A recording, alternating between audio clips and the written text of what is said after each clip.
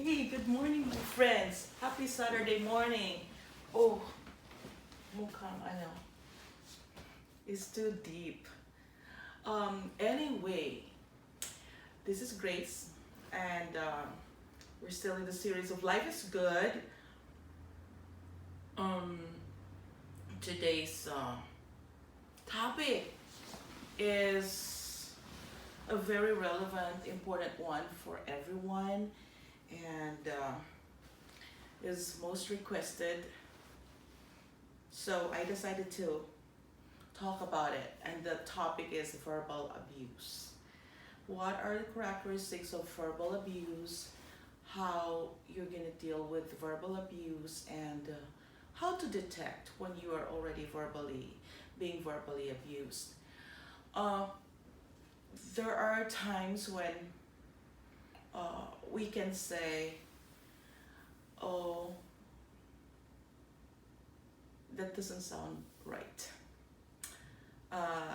We don't know what to say, how to react, because every day we hear people, we communicate with people, we talk to people, and it's very important to be cautious and aware whether we are building up people, because I'm into building up people, or we are breaking them down. Because, like what I said before, when you build up others, you also build up yourselves. When you respect others, you build your self respect. All right. Okay, so this is from healthline.com. Most of what I'm going to say is guided by what I read at this. There's an overview. In an overview, it says abuse comes in many forms, not all of which are physical. Okay, so when someone repeatedly uses words to demean, ibig sabihin, to put down, yung will make you feel smaller, no? To frighten or make you feel scared, scare you, or control someone, it is considered verbal abuse. Um, Sometimes you hear verbal abuse in the context of some romantic relationship or just parent and child relationship, but it can occur also in other family relationships, socially, or on the job. And usually, verbal abuse can affect your emotions. And so, verbal abuse can lead to actually emotional abuse and can be very detrimental to someone's health. And if you are emotionally abused by this person, it is most likely that you can also be physically abused. Like being emotional reading this, because I am thinking about the mental, emotional, physical state of people who are being abused. So just bear with me. So if you are being verbally abused, know that it's not your fault. This is very important, because sometimes when we are verbally abused, we might think that, oh, it's because of me. What I'm gonna do in this world to prevent these people or this person from doing this to me? Okay, now what is the difference between verbal abuse and a normal argument? Because you can just say, oh, it's just a normal argument. I did not mean to abuse, or it was not meant to abuse me. Okay, so sometimes we get into arguments from among people that we relate with, and sometimes we lose our cool and yell. Now it's all part of being a human being. But on the other hand, verbal abuse is not normal. The trouble is, when you're involved in a verbally abusive relationship, it can wear you down, However, even if it's wearing you down, making you feel smaller every day, making you feel insecure every day, and make you lose your confidence every day, it doesn't have any bad effect on your mind anymore. No, no, no. It seems like normal. It may have an effect in your mind. You'll feel depressed, you'll feel down, but it may just seem normal, like a daily thing. Okay? Now, here are some examples of what normal disagreements look like. So, just normal disagreements, not constituting verbal abuse. Okay? Um, First, they don't dissolve into name calling. They don't call you names, or they don't attack you personally.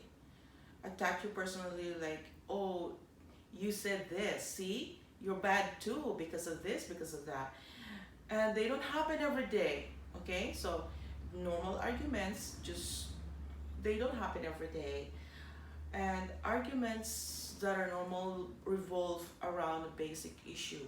Just a basic issue, like, okay, we're gonna buy meat today. Like, no, what kind of meat? No, I don't want that meat. I want I don't want beef. I want chicken meat. Okay, so it's just a disagreement, and it's basically revolving around the issue of what kind of meat you're gonna buy.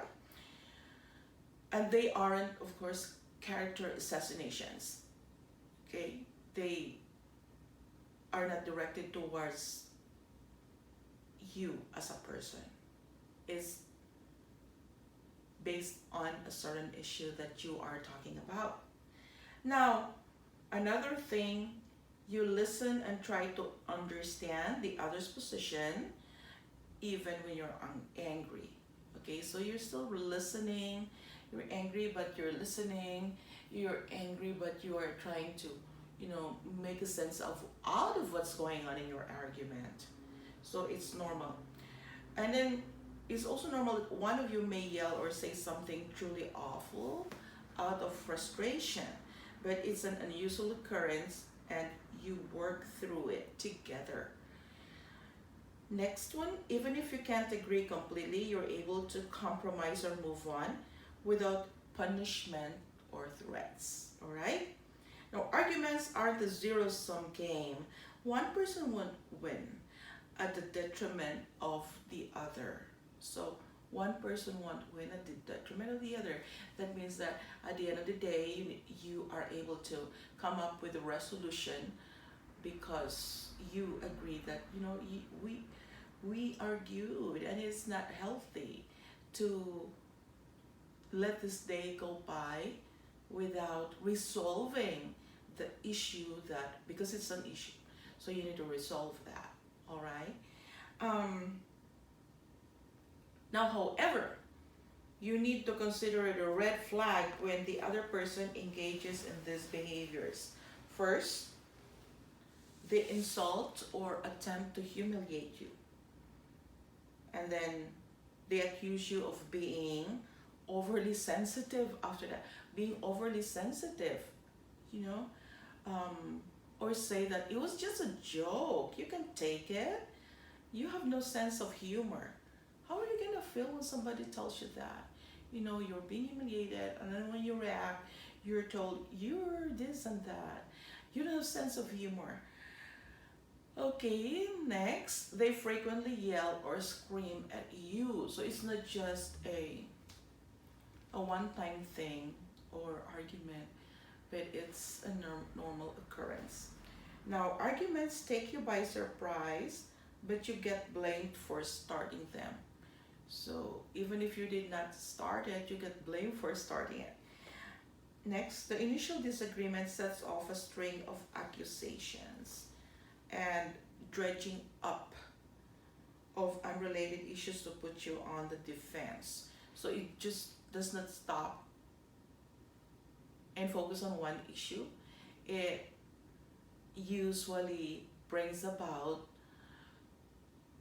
other qualities or that you have, or characteristics that you have, or anything, any quality that will attack you personally, like, oh, you don't even want to wash the dishes, oh, you are lazy. So that's name calling already. You are lazy, making it your characteristic. Oh, you are uncaring, you are selfish, you don't even want to shell out some money, to send to whoever they want to send it um, to their family members, their you don't even want to donate anything, something like that. It's dredging up of unrelated issue, okay? And then you defend yourself, and then it becomes an ongoing argument, because of course you need to defend yourself. As a human being, we defend ourselves, all right? Now, these behaviors try to make you feel guilty and position themselves, the other person, as the victim. They also save their hurtful behaviors for when you're alone, but act completely different when others are around. So when others are around, they're completely nice to you and kind. However, when you are just alone with the aggressor, that's when the verbal abuse is likely to happen. And they get into your personal space or block you from moving away. That's also a form of abuse. And then they hit the wall, pound their fists, or throw things, and they want to get credit for not having hit you. All right? Okay, so these are the characteristics of nonverbal abuse and verbal abuse. Later on, we're going to talk about the different ways at which a person can be verbally abused and their examples. Okay? That's it for now. Have a good day. Don't forget to like, share, and subscribe. This is Grace Ceballos on Life is Good. Have a good day.